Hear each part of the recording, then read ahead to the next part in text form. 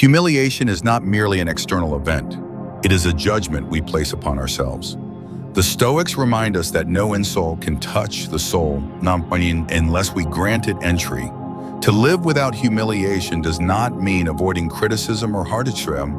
It means training the mind to remain dignified, regardless of what the world throws against us.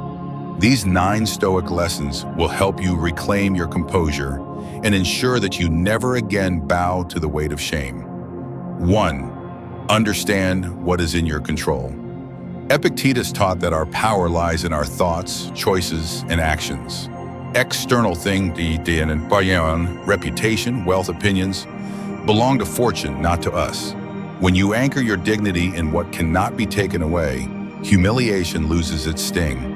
A man cannot be humiliated if he refuses to surrender his inner sovereignty. 2. Do not depend on the approval of others.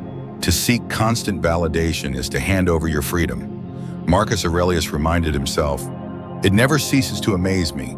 We all love ourselves more than other people, but care more about their opinion than our own." Humiliation arises when we live for applause. Liberation comes when we measure ourselves only by virtue. 3.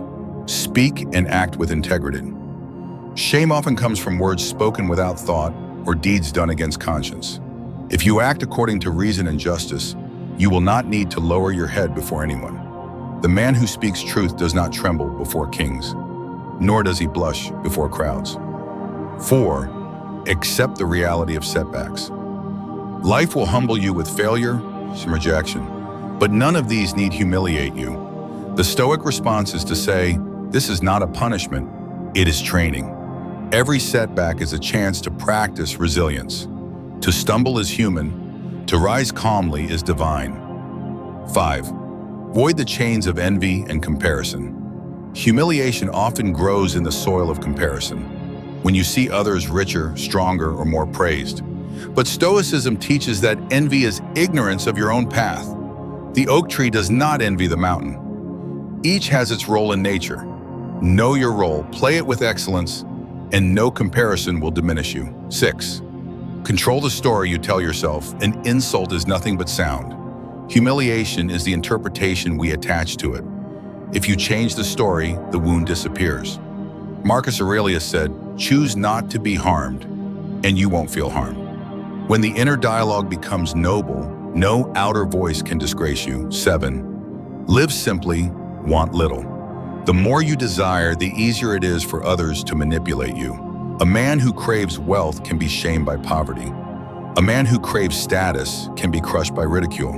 But the Stoic who is content with little stands invulnerable. Simplicity is the shield against humiliation. 8. Practice voluntary hardship. Train yourself to endure hunger, cold, or discomfort.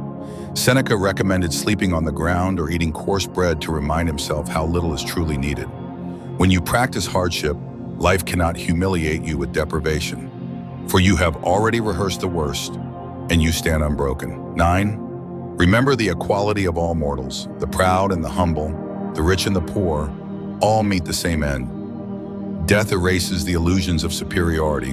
Why then should you bow in humiliation before another? You share the same fate as emperors and beggars alike. The Stoic bows only to reason and to virtue, never to men. Conclusion. To never humiliate yourself again does not mean you will never be criticized, mocked, or rejected. It means that when these trials come, you will not collapse within. Dignity is a fortress built inside the mind. The Stoic refuses to hand the keys of that fortress to fortune, enemies, or circumstance. Live by reason, act with virtue, and you will discover that humiliation is not something the world does to you. It is something you either allow or deny. Stand tall as the Stoics did. No insult can diminish the soul that knows its own worth.